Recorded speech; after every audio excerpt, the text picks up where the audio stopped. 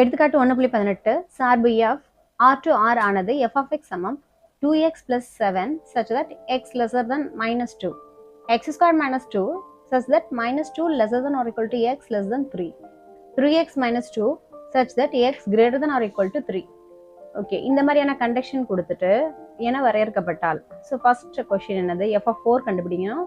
அடுத்து second question f of minus 2 கண்டுபிடிக்கணும்.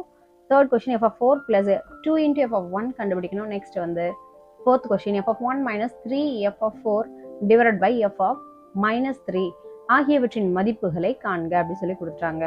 So இந்த மாதிரியான சம்ஸ் பார்த்தோன்னே நீங்கள் என்ன பண்ணணும்னா ஃபர்ஸ்ட் வந்து தீர்வில் வந்து ஸோ இந்த மாதிரியான நம்பர் லைனை ஒன்று போட்டுக்கோங்க.